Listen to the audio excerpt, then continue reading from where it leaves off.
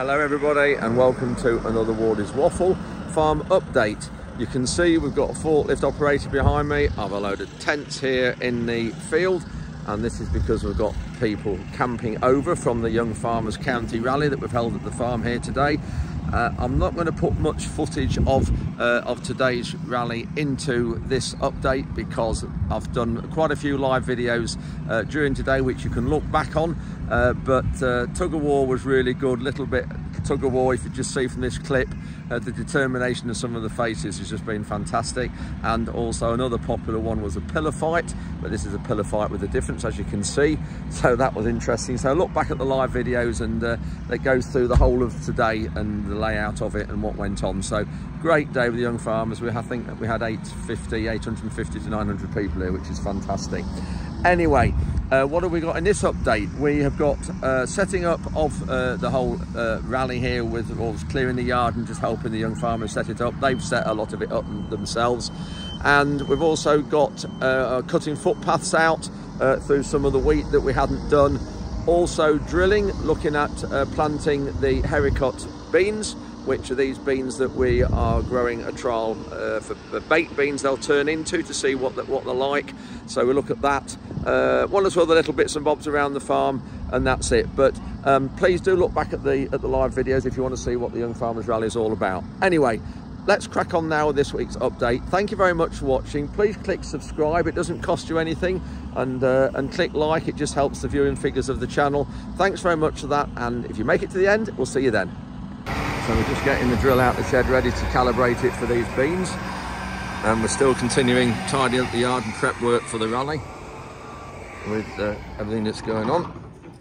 We're just now cleaning the drill out. Tom's moving it just to make sure there's no beans left in, or any barley or any seed at all from when we finished drilling our crops. We just need to make sure it's super clean. That's it. Tom's got the first variety calibrated. Just now going to the field. It's Thursday lunchtime, and I'm just at the block of land just below Leadenham Village. We've got the village on the hillside on the cliff edge behind me. You can see I've got the borrowed Kubota mower on the trailer. We've got a public footpath that goes across these two fields here behind me with sugar beet. It's not been sprayed out yet, and by rights and by law we have to keep footpaths open. You've heard me talk about them before.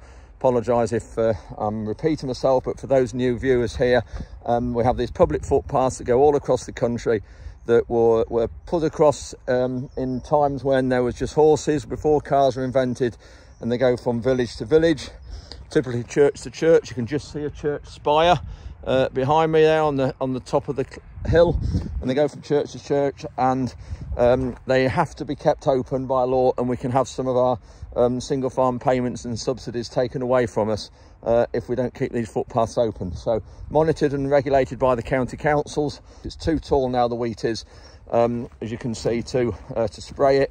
So while we've got this mower, because it's going back this afternoon, you can see here how tall this wheat is.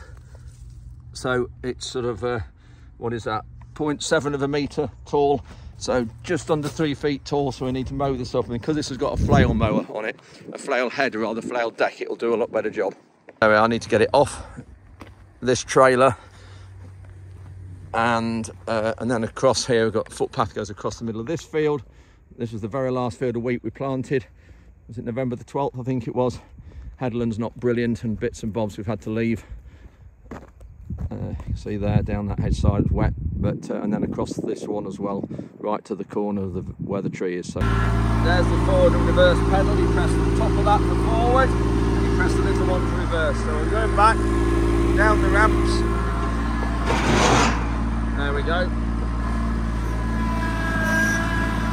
So I need to run across the far side of this field to across there without cutting, and then cut right through the middle of the crop.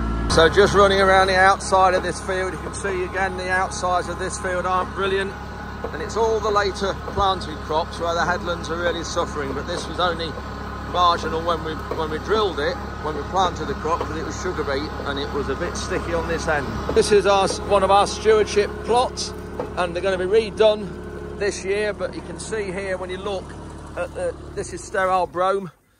You can see here the amount of seed heads in here, big patches of brome. So this wants spraying with Roundup before these seed heads ripen, which is going to be in the next week or so. So we need to get in here and spray all this off with glyphosate. So I've got to the place where I need to start the footpath. There's the post to say it goes across to the corner of one of my neighbour's fields. So I need to cut now a breed, and right in the distance you can just see something white on top of that hedge near that tree, and that's where I've got to aim for across 2 fields. There's a lorry coming past in a minute. Just there.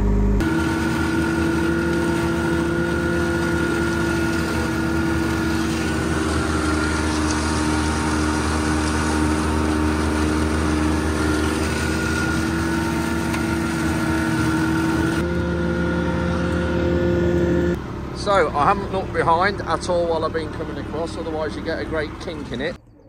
Yeah, really pleased with that. So now I've got to go and do another one around the other field. I've now come to the edge of the second field, so I've just got to go over a little bridge here into this field. So I've got to the post in the hedge here that goes across another neighbour's. Just seeing the distance, the field that I've done through there. So need to come through here across to where I put that box on top of that hedge where that gap is.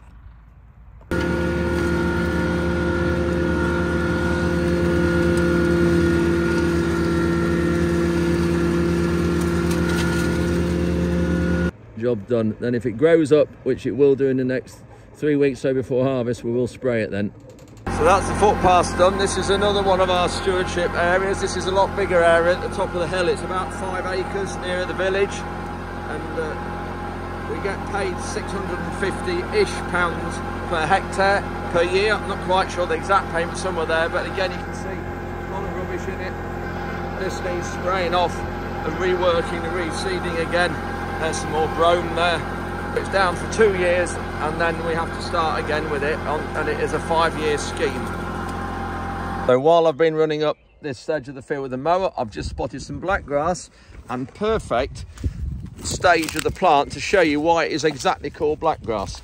Here is a clump of it. There.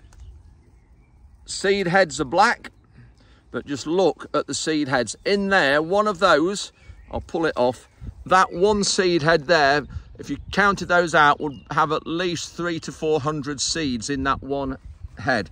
This is one plant, so you've got thousands of seeds on one plant, and you can see here why we've had an absolute crusade, and we'll have zero tolerance to this weed across our crop fields. This wants spraying off here before these seeds are viable.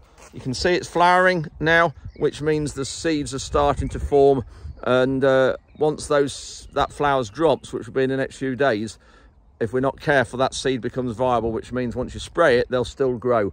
So we need to be in here really, really quickly. So, and just to remind you, it is the most yield robbing weed in the country, because you get 100 ears per square metre of that weed, which you can quite easily get, not a problem at all. Will give you a yield penalty of 1 tonne per hectare, so 0.4 of a tonne per acre. And yeah, huge problem around big areas, wheat growing areas in the country. And it's resistant to most herbicides apart from glyphosate or Roundup.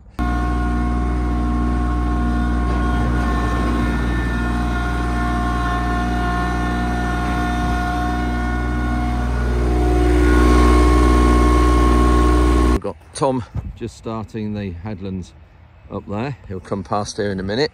Just wanted to show you this soil, which is in fantastic condition.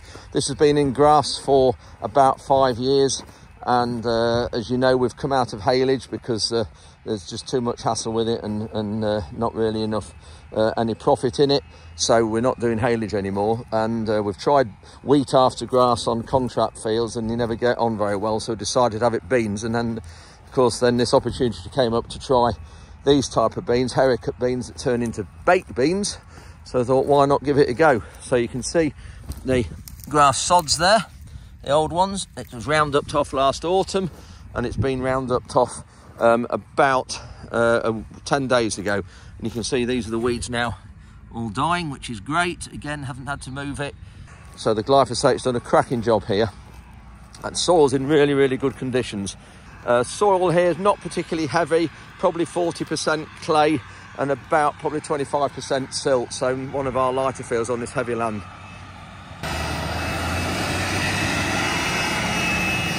You can see with the dust how dry it is.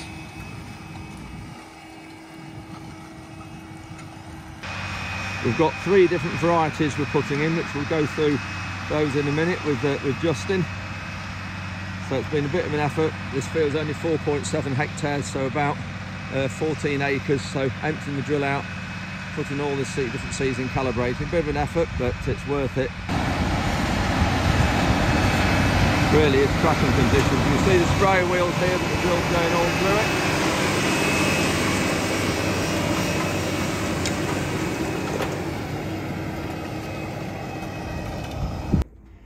Tom's just noticed one of the tines or the coulters has snapped. There.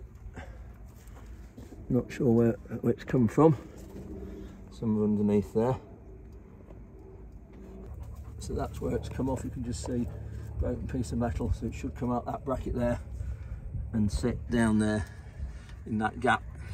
We've got Justin here, who's Senior Trials Officer with Agri, you can see, and these are the beans we've just been drilling, and you're seeing in a few minutes that Tom's putting them in the ground. We've got 3 varieties. Just before we get into the varieties, Justin, what's the whole idea of this trial sort of thing? Because it's a new crop, isn't it? Yes, it is, yeah. So we're looking at these haricot beans, and we're just trying to work out, can we grow them effectively in our climate, the best way of growing them, trying to agronomize them. So yeah, we're trying to work out which varieties are working and how best to grow these difficult. And obviously haricot, they're the ones that will turn in hopefully into baked beans. Yeah, so in the field we've got 3 different varieties. One of the varieties is Capulet, so that's a smaller white seeded one, and that is the one that the market is interested in for baked beans. So the end goal here, Andrew, is to grow a homegrown British baked bean. That's the target. So the Capulet, the small white one, that's the bean they're after for that. And then the other 2, so you have the Godiva, which is a slightly bigger bean, brown bean, and the Olivia, which is a black bean, similar sort of size to the Capulet.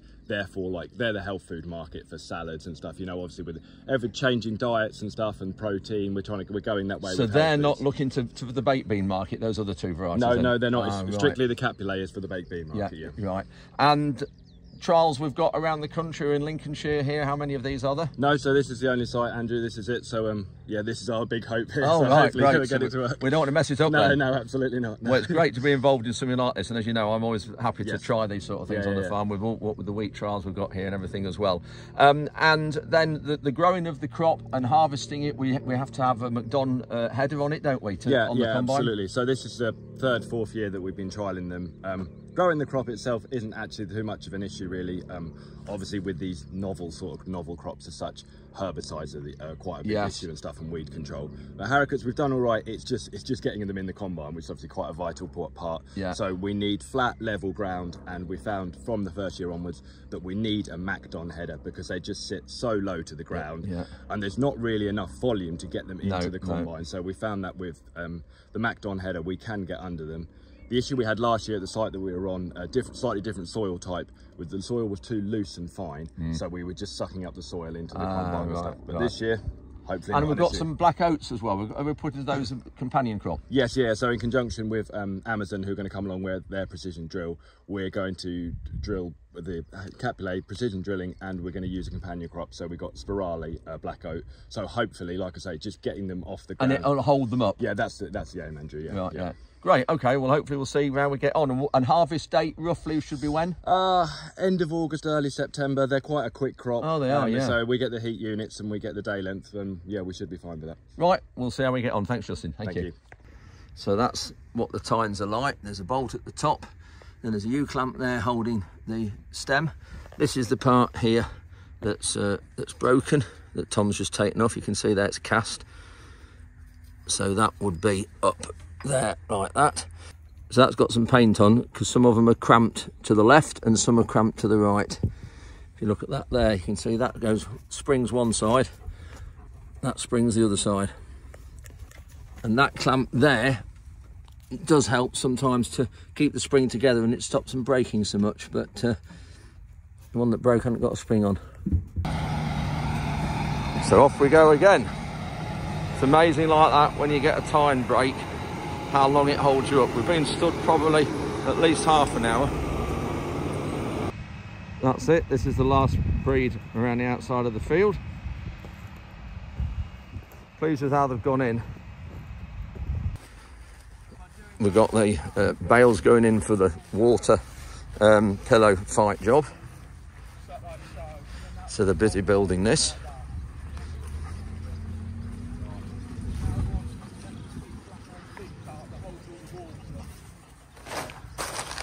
So that will be full of water. Are you going on the pole? I am actually, yeah. So have you got the leak fixed? Hopefully, yeah. We've got a bit more plastic this year, so hopefully. Right, good. So that's the bales on the end, underneath. I think if we just put that next one in, that'll hold the water, and we've got silage tape to... Got plenty of ratchet straps here, and they go round the bales like that, because with the pressure of the water in, it'll force them out and the whole thing will collapse. They're just getting this other sheet sorted. This is the final sheet that goes on to hold the water.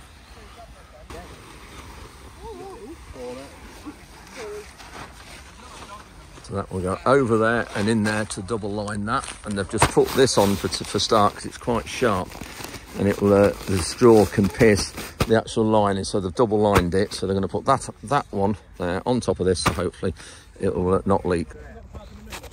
Got one or two little holes in it, so we're going to just tape them up again.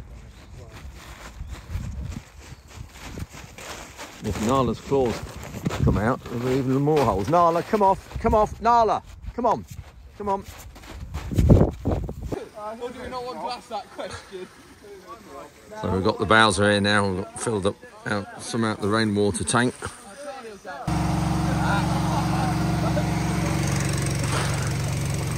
So the idea is they they oil up, put fairy liquid on this tube, and then they have to fight each other the pillow on the tube and try and not land in the water. I'm just in the sprayer. It's 8:30 Thursday evening. Just wanted to get a couple of fields of herbicides done, and just before it rains tomorrow. Ruben is away for a few days on the stag do, so Tom and I are doing the spraying. So I'm just going to show you in the screen here how we set the sprayer up, and everything goes from a memory stick on Gatekeeper into the sprayer screen. Just pulled into a field, and the sprayer knows which field I've pulled into. So this is the right field, 32 acres, but I'm not on wheat T2, so I need to change that job. So I'm going into this one here. There's only 2 fields on this one, so select that plan. That's right. I need to change that operator to me. Select that. That's right. Confirm that. That's the correct number. The rate of croupier. That's the herbicide we're putting on. Not sure what that is. Line scheme, 32 metre sprayer. That's correct. Weather. Now I need to adjust that. Wind speed. I've just checked the wind speed before I come in, so I'll edit that. Wind speed is 3 miles an hour, so enter that. It's not the north, it is southwest. There we are. Temperature is 14. Put that in. It's not sun, it's clear. It's very dry. Actually, I'm going to put dry, not very dry. So exit that. That's put all those in right. Confirm that now is correct. Everything in there, field we're in, job and everything, and then the sprayer will now start. The start time, stop time, everything will be recorded on the memory stick that's underneath here. So we'll get this field done. So this is one of the fields that we planted on November the 11th, and the headlands aren't brilliant, but crop's not too bad in the field. It's quite decent actually, and it's also the field where we got the nitrogen trial. You can just see slightly green across there. When we get onto that, we'll have a look at that and see what that's like. So that's the outside. It's all done all the way around, 32 metres. The red line on the screen there is the tram line, and that's what I'm going down now. And you can see the boom, it'll match up to that on the right that's just been done. So you'll see it come on in a minute automatically. It'll go green, there we go, and it swips the sprayer on its own. There we go. So I apologise for the reflection on the front screen, but this is the area of the field that's had 220 kilograms of nitrogen in 3 splits, so 3 different applications. And next to me is the bit, the trial, the greener bit. We'll have a look at what that looks like. So this is what it's like with 3 applications at 220 kilograms at different timings. Timings were early March, end of March, and about 10 days ago, a week ago, something like that, on this application. As you can see, the plot here is definitely greener. Sorry, the cab windows aren't ever so clear. In fact, what I'll do, I'll just stop and just show you outside the cab door. Yeah, this looks better. So this plot here has had 220 kilograms a hectare, the same as that there that's a bit lighter. But it's had it in 1 application with Liquisafe, which is that nitrogen inhibitor. Definitely a more even crop, and it looks healthier. So we'll see at harvest, and it goes to the middle of the tram line just there. So it's from there across to there. I'm now in Agri's trial plots. You can just see them there.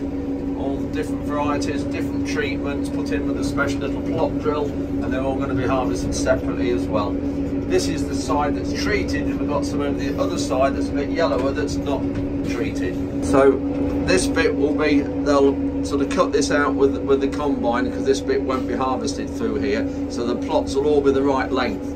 And when I say not treated, it's not being treated with a herbicide, sorry, with a fungicide or growth regulators. So this herbicide I'm putting on is fine. You can see a plot there, some plots there that's yellow, and they haven't had any treatments, any fungicides whatsoever. So these are all the plots down this side here that haven't had any fungicides or growth regulators. And look at that, how bad that is for disease.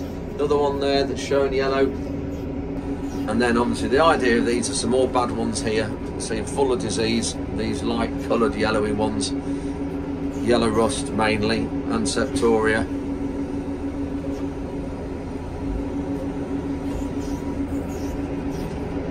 Another bad one there. But obviously the herbicide here doesn't affect it. We need to control the weeds anyway. I've nearly finished the field. So that is the outside breed that's all been done. So of course the sprayer there is not spraying. And that is spraying, you can see, and it shows on the screen here. So there's just that black bit not done. We come to the end of the field now. There we go.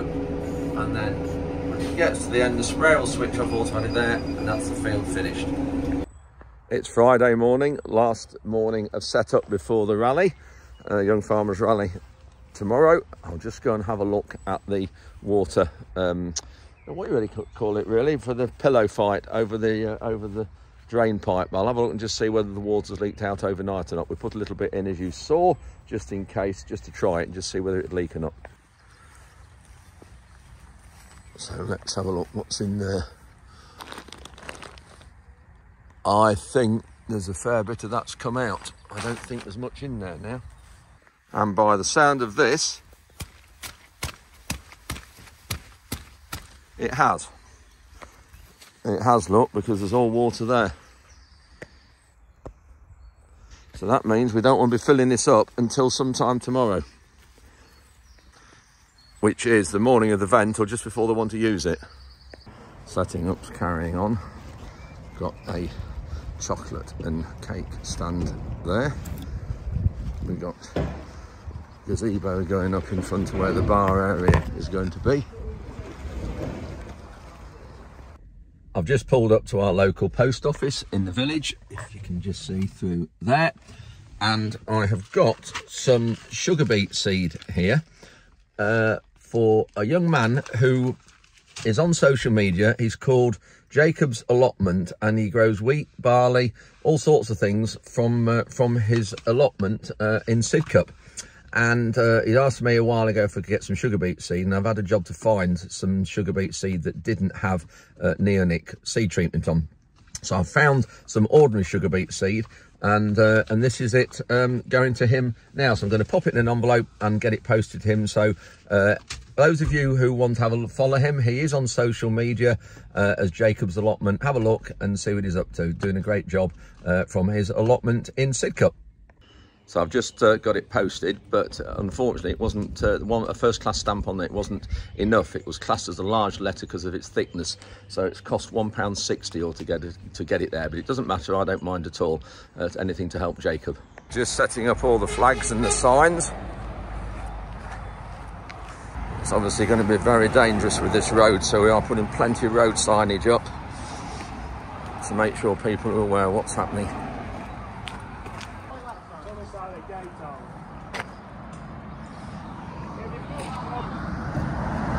We're just putting these signs up now, and you can just see the amount of traffic on this road. You can see why it's classed as the busiest single carriageway A road in the UK.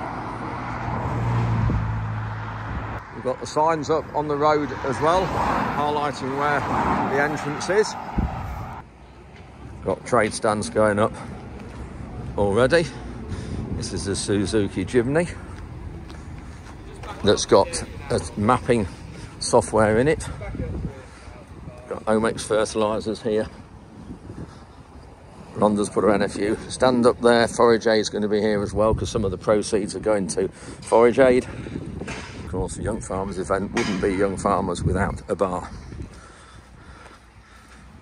Somebody's been and got some McDonald's and things for lunch and just testing the beer, and I must say it is very nice.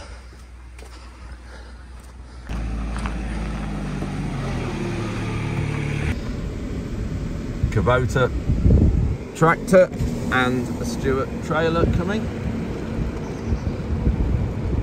I think that's from Ireland's Farm Machinery. Got a Class Scorpion just arrived, which I think is a Liebherr forklift made for Class. Liebherr, or however that's pronounced. Liebherr, I think that's the word. Nala's enjoying lots of people to fuss round. Starting to take shape now. Lots of fencing up, you can see, to stop people going out as we don't want them.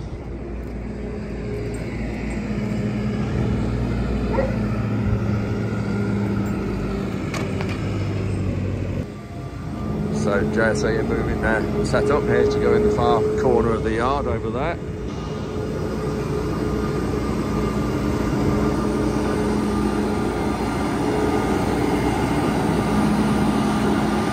This is the idea, you see, just showing it and having it set up for tomorrow. So the idea is that the fast track does everything. It loads,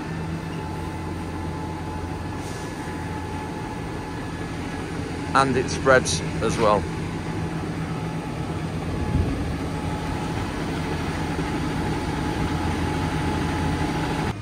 So what we got here, Joe?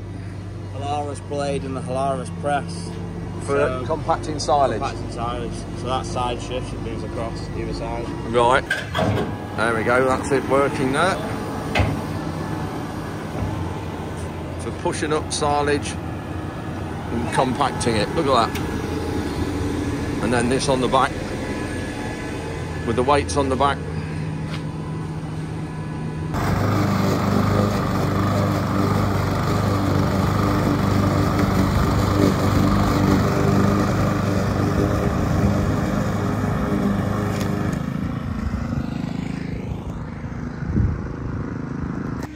Still setting up going on, moving some pallets now to form some steps up to the stage, which is going to be that curtain-sided trailer.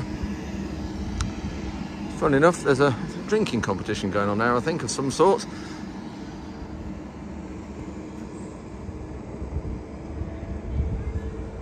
What's happening in the yard, still setting up.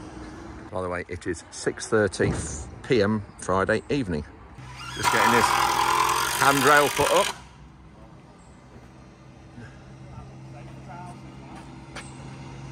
For the Lincolnshire Young Farmers. That's a bit close. Setting up for the Lincolnshire Young Farmers rally is just about there. Car park is the field at the other side of the hedge. So it's 3 AM in the morning, Sunday morning, everything's quieting down here now at the farm. Had a great day at the rally. There's about 60 people camping in the field just out there, but everybody's been really, really good. Everyone's quiet now. I think everyone's knackered. Anyway, we've had a great day. So if you've come along, I hope you've enjoyed it. Please look at the videos, the live videos I did of the event and of what went on. I haven't put much on here, as you've seen, just the setting up and things, but please have a look at the live videos. You see we had a lot of fun. Anyway, thank you very much for watching. Hope you've enjoyed this update and the live updates I've been doing today. As you can see, I'm quite tired now, so I'm going to go home and go to bed, and we'll catch up with you midweek.